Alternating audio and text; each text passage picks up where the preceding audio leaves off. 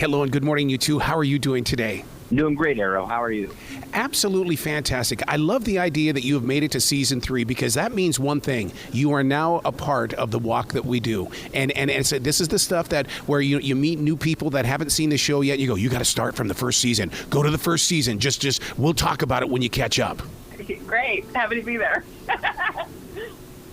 To be on this show, I mean, you guys really do. The comedy is so real, and we live in this age of comedy now, where it's like punch and roll with the jokes. But you make it through relatable laughter, and that's what makes this show really work on Roku.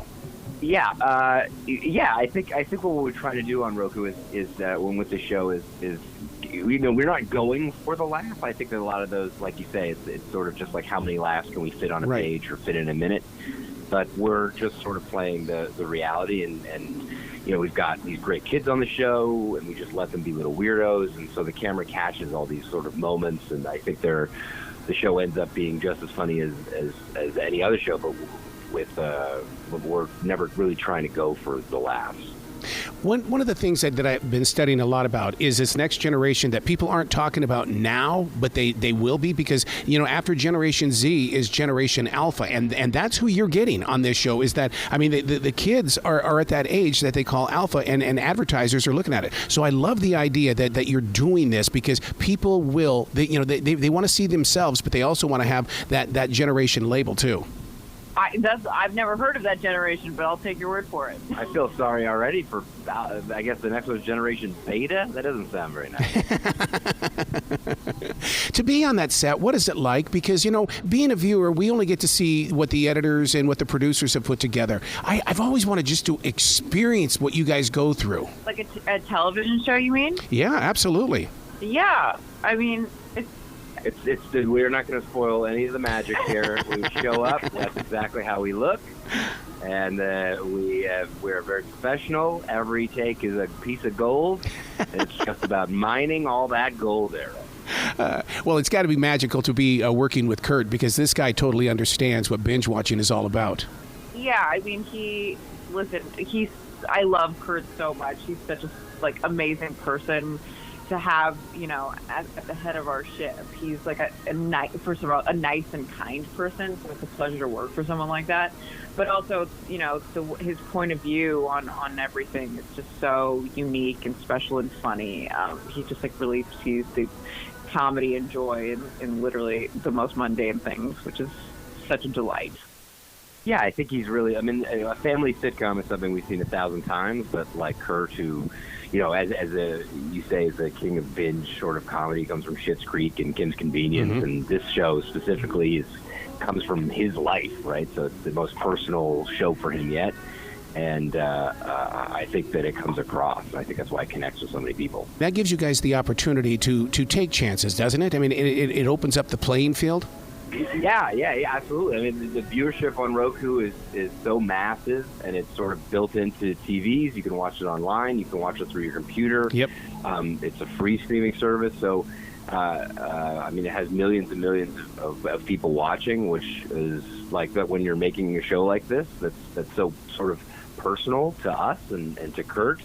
For it to find an audience and to be on season 3, and we're now shooting the next season, that's the biggest gift of all. Yeah, Roku has been so amazing and supportive with our show. It's they're really great people who work there that are really kind of young and imaginative creatively. It's just been really nice to have them as a partner.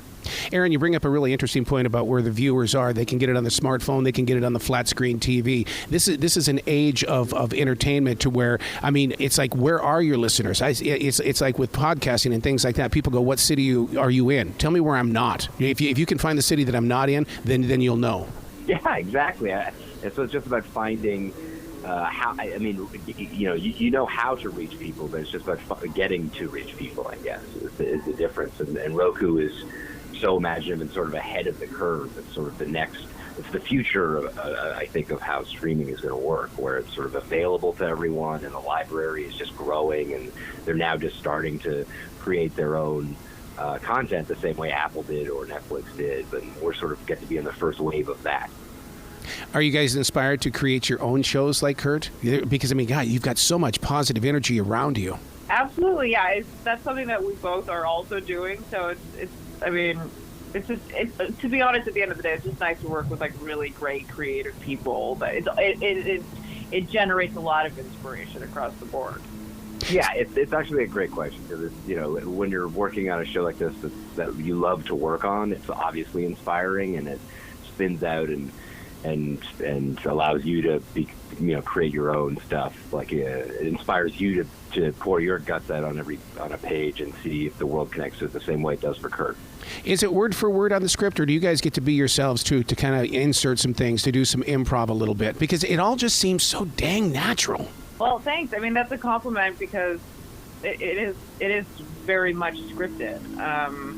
There are some actors that come in and put their little flair on it, but for the most part, Aaron and I we work off what we're given, and it's really a credit to the writing. Yeah, I think that's when the writing is real and natural and comes from the right place. It should feel like it's just all spur of the moment, and it should never feel like we've learned our lines. Yeah, listeners have got to understand that this is for all age groups, because even with my daughter, and she's got two kids of her own that are my grandchildren. In watching the show, I have flashbacks of when she was a little girl, and I also have flashbacks of when her kids were growing up as well. This is a show for everybody, every age group. Yeah, that's great to hear. I love that. I love that you can see all those things when you watch it. That's, I think, the most surprising thing when we're sort of approached by people, and they come up. It's not just parents who are gravitating. It's obviously a show about parenting, but I mean, I don't have any kids, and I connect deeply to the show, and there's always childless people who come up to me, and also children who love the show. So it seems to be, I mean, it's not a show that's trying to be geared towards kids to watch. It's not a kids show. Right. But it's sort of, like you say, it's connecting with everybody. You got to come back to this show anytime in the future. The door is always going to be open for you. I mean, I'm going to be here for you for season number 10. So we might as well just book it right now. Great. We're happy to be there. We'll just this will be our anniversary, May 11th, every year. Mark your calendar. Put a little red asterisk in there. We'll just show up.